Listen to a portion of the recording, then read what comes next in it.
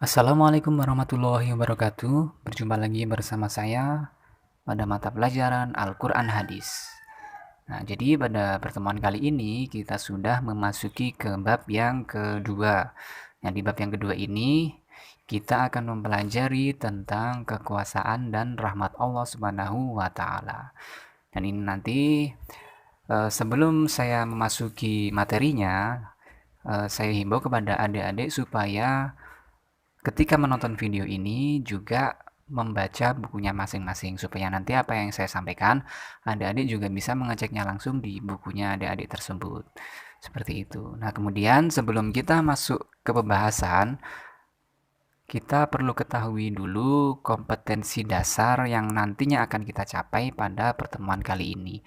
Jadi, kompetensi dasar yang akan kita capai pada pertemuan hari ini yaitu yang pertama, menerima kekuasaan dan rahmat Allah Subhanahu wa taala sesuai dengan Quran surat Asy-Syam ayat 1 sampai 10 dan Quran surat Ali Imran ayat 190 dan hadis riwayat Bukhari dan Abu Hurairah. Itu yang pertama. Kemudian yang kedua, yaitu kita menghayati sikap disiplin dalam menjalankan kewajiban. Kemudian yang ketiga, menganalisis kandungan Quran surat Asy-Syam dan surat Ali Imran. Kemudian menganalisis juga hadis riwayat Abu Hurairah tentang kekuasaan dan rahmat Allah Subhanahu wa taala. Kemudian selanjutnya yang keempat yaitu mendemonstrasikan hafalan Quran surat Asy-Syam ayat 1 sampai 10 dan surat Ali Imran ayat 190 dan hadis riwayat Bukhari dan Abu Hurairah. Itu yang nomor 4. Kemudian yang selanjutnya di sini di poin 4.2.2 yaitu mengolah fenomena sosial dan sebagai bukti kekuasaan Allah sebagaimana dalam Quran surat Asy-Syam ayat 1 sampai 10 dan surat Ali Imran ayat 190 dan hadis riwayat Bukhari dan Abu Hurairah. Nah, itu adalah kompetensi dasar yang nantinya akan kita capai di bab 2 ini. Jadi langsung saja masuk ke pembahasan, yaitu pembahasan yang pertama pada pertemuan kita hari ini yaitu membahas mengenai meyakini kekuasaan Allah.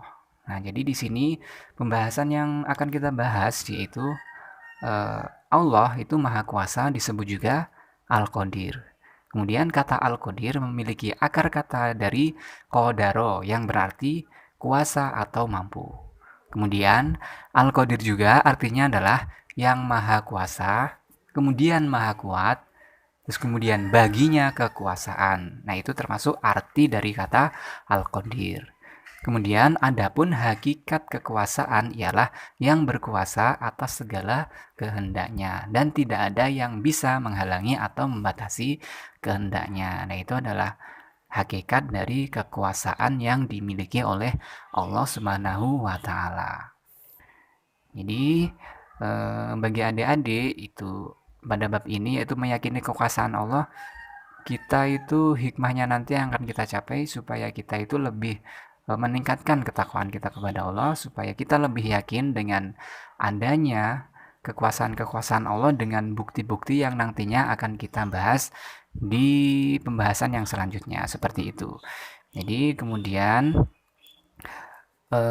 terkait tentang meyakini kekuasaan Allah ini, ada salah satu surat yaitu yang di situ membahas tentang kekuasaan Allah, yaitu ada pada surat Asy-Syam ya.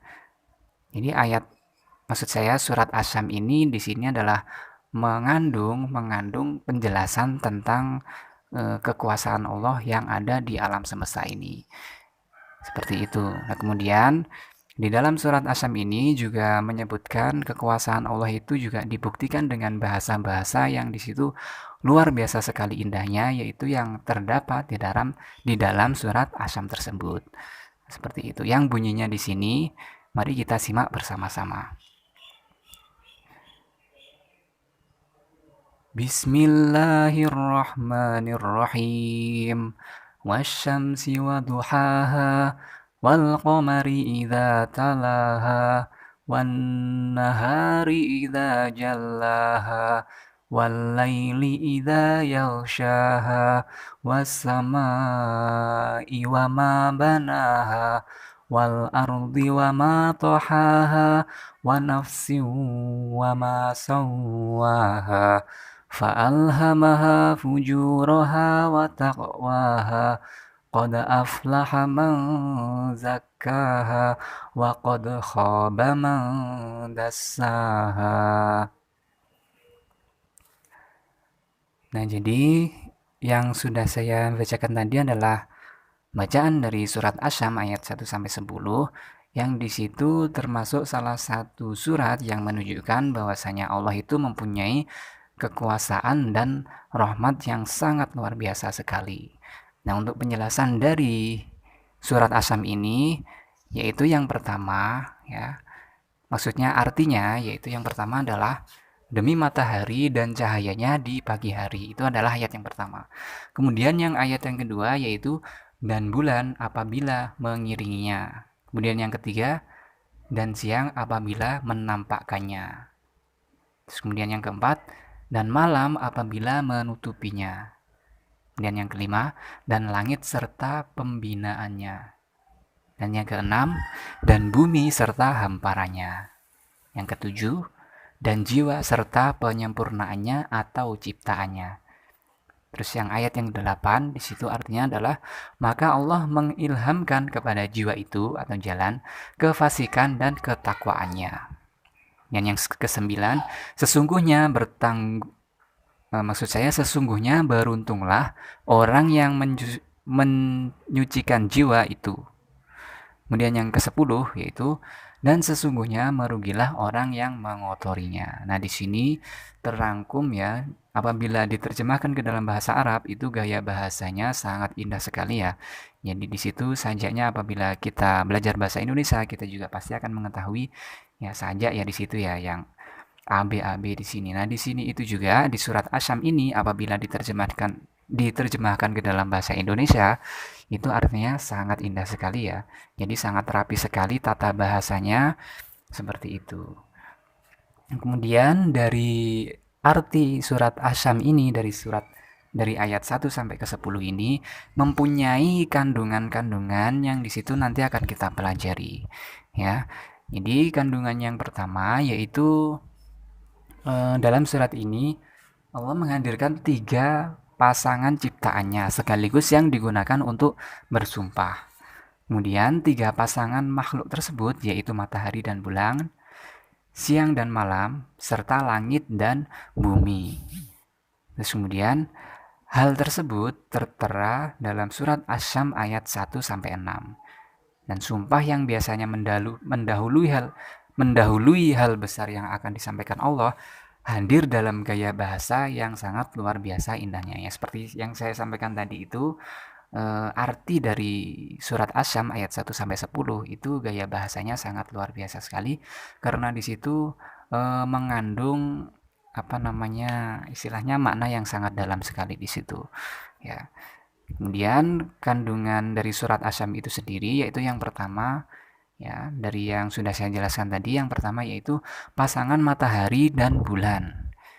Jadi matahari yang sinarnya baru saja meninggi saat kita disunahkan untuk melaksanakan sholat duha dijadikan sumpah oleh Allah Subhanahu wa taala. Demikian juga bulan yang mengiringi matahari, cahayanya merupakan pantulan matahari. Terus kemudian bulan mengelilingi matahari bersama planet-planet yang diatur oleh Allah Subhanahu wa taala mengorbit pada matahari. Nah, di sini juga mencakup juga ya tata surya di sini juga sudah dijelaskan bahwasanya kehidupan di alam semesta itu memang benar-benar ada. Nah, ini terbukti pada surat Asy-Syams yang ayat pertama itu. Itu adalah kandungan dari surat Asy-Syams ayat pertama itu adalah terkait dengan keberadaan matahari dan bulan beserta fungsinya seperti itu. Terus kemudian kandungan yang kedua yaitu pasangan siang dan malam, yaitu siang yang tampak terang benderang sepadan dengan permulaan sumpah ini, yaitu matahari yang mulai meninggi dan mengusir kabut pagi dan kegelapan malam. Kemudian ketika malam datang kembali, keadaan yang terang tersebut sirna tertutup oleh kegelapan malam. Nah, ini menunjukkan bahwasanya Allah itu menciptakan ya segala sesuatu yang ada di dunia itu berpasang-pasangan ya, seperti itu ya, seperti bumi dan bulan, matahari dan bulan, terus kemudian di situ ada siang dan malam dan sebagainya, ada laki-laki dan perempuan, ada kecil, besar, dan ada tinggi, ada pendek. Nah, seperti itu. Ini adalah salah satunya di sini yang diambil adalah antara siang dan malam, seperti itu. Kemudian kandungan yang ketiga yaitu adalah pasangan langit dan bumi. Maksudnya adalah di sini keluasan langit yang demikian seolah tidak ada batasnya.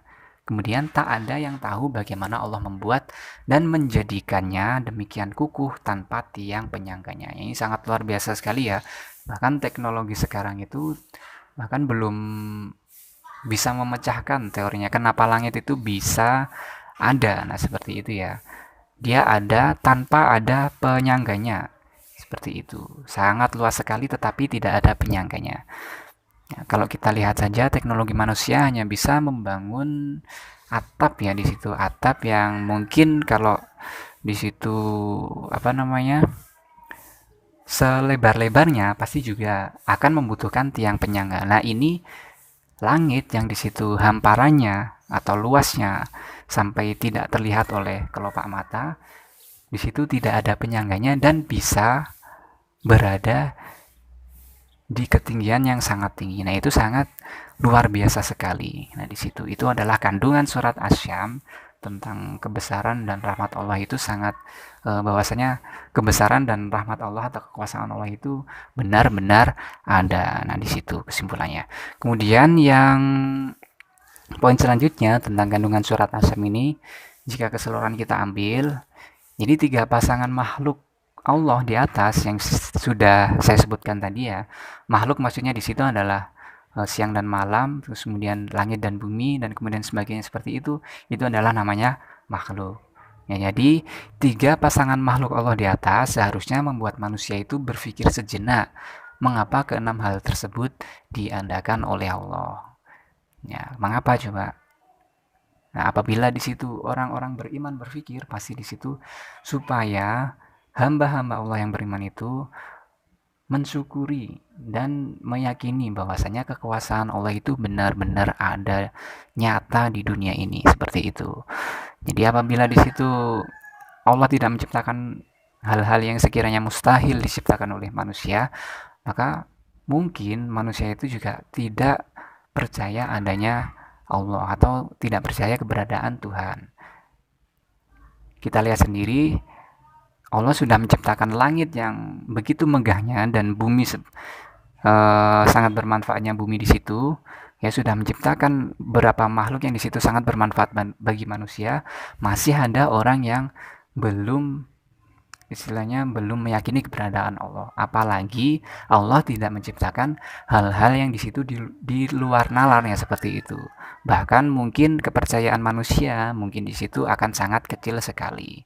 Nah, seperti itu. Jadi, kenapa Allah di sini menciptakan sesuatu yang di situ memang di luar nalar, ya tujuannya supaya nanti hambanya itu bisa lebih meyakini keberadaan Allah itu benar-benar ada. Nah, kesimpulannya seperti itu. Nah, kemudian bukti kekuasaan Allah dalam surat Asy-Syams ayat 1 sampai 10 ini yaitu yang pertama adalah Allah Subhanahu wa taala menciptakan matahari dan bulan. Nah, yang di situ sangat mustahil sekali apabila diciptakan oleh manusia. Nah, seperti itu. Kemudian yang kedua yaitu Allah Subhanahu wa taala menciptakan siang dan malam. Nah, itu poin yang kedua, bukti kekuasaan Allah. Kemudian yang ketiga, Allah Subhanahu wa taala menciptakan langit beserta planet-planet lainnya yang senantiasa tunduk dan patuh pada aturan-aturannya. Nah, ini sangat luar biasa sekali ya. Jadi begitu banyaknya susunan tata surya yang ada di luar angkasa sana itu bahkan jarang sekali ya atau bahkan orbitnya itu berputar pada orbitnya masing-masing dan tidak saling berbenturan. Itu adalah bukti nyata bahwasanya kekuasaan Allah itu benar-benar ada. Kemudian bukti kekuasaan yang selanjutnya yaitu Allah Subhanahu wa taala menciptakan bumi beserta makhluk-makhluk yang ada di dalamnya ya seperti manusia, hewan, tumbuhan dan semuanya yang ada di bumi ini. Itu adalah bukti kekuasaan Allah. Kemudian yang selanjutnya yaitu diciptakannya manusia dalam keadaan fitrah. Kemudian Allah Subhanahu wa taala mengilhamkan kepada jiwa manusia kefasikan dan ketakwaan. Nah, di sini adalah bukti kekuasaan Allah itu adalah memberikan fitrah kepada manusia itu dua kategori, yaitu kefasikan dan ketakwaan. Nah, di sini ini adalah bukti kekuasaan Allah gitu. Buktinya adalah ketika diberi sifat fasik dan ketakwaan ini, manusia ini tinggal memilih. Nah, fitrah ini adalah nantinya yang akan menunjukkan apakah manusia ini nanti akan memilih kefasikan atau ketakwaan. Nah, apabila manusia ini memilih ketakwaan, nah di situ itu adalah termasuk dari kuasa Allah. Tanpa kuasa Allah, manusia tidak akan bisa menentukan pilihannya untuk memilih takwa tersebut. Dan tanpa kuasa Allah juga, orang juga tidak bisa menghindari kefasikan yang telah diciptakan oleh Allah tersebut. Seperti itu ya. Jadi bisa difahami di sini semuanya yang ada di dunia ini, bahkan tingkah laku yang kita kerjakan sampai sekarang ini, itu semuanya pasti ada campur tangan dari Allah Subhanahu wa taala. Jadi dari sini bisa disimpulkan bahwasanya apa-apa yang kita lakukan itu adalah campur tangan dari Allah, dan secara tidak langsung Allah menunjukkan bahwasanya apa yang kita lakukan itu adalah tidak semau kita sendiri. Jadi ada yang sudah menakdirkan apa yang nantinya terjadi kepada kita. Nah, kurang lebihnya seperti itu. Kemudian bukti kekuasaan Allah yang terakhir yaitu Allah Subhanahu wa taala berkuasa mutlak atas segala yang terjadi di langit mana maupun bumi. Nah, seperti itu ya. Itu berkuasa mutlak atas segala yang terjadi. Seperti contohnya apabila di situ sudah waktunya hari kiamat, ya jangan jauh-jauh lah ketika sudah takdirnya di situ adalah terjadi musibah di wilayah suatu daerah tertentu. Kalau sudah waktunya di situ terjadi bencana alam, maka sudah tidak bisa dihindari lagi. Nah, di situ memang sudah takdirnya sudah terjadi bencana alam, maka kita sebagai manusia tidak bisa menolaknya lagi. Jadi harus menerimanya. Karena di balik musibah itu pasti nanti ada hikmahnya. Nah, jadi kurang lebihnya seperti itu penjelasan pada pertemuan hari ini. Ya, jadi kesimpulannya dari pertemuan yang kita lakukan atau pertemuan yang sudah kita lakukan pada hari ini, yaitu kita sudah mengetahui tentang bukti kekuasaan Allah yang ada di bumi ini. Nah, tujuannya supaya setelah kita mengetahui kekuasaan Allah yang ada di bumi ini, yang sudah kita ketahui, yang sudah kita bahas tadi, yaitu supaya kita bisa meningkatkan ketakwaan kita kepada Allah Subhanahu wa taala, dan juga lebih ikhlas ketika kita juga mendapatkan takdir dari Allah Subhanahu wa taala. Nah, kurang lebihnya pembelajaran kita pada hari ini cukup sekian. Mudah-mudahan bermanfaat bagi adik-adik. Sekian dari saya. Wassalamualaikum warahmatullahi wabarakatuh.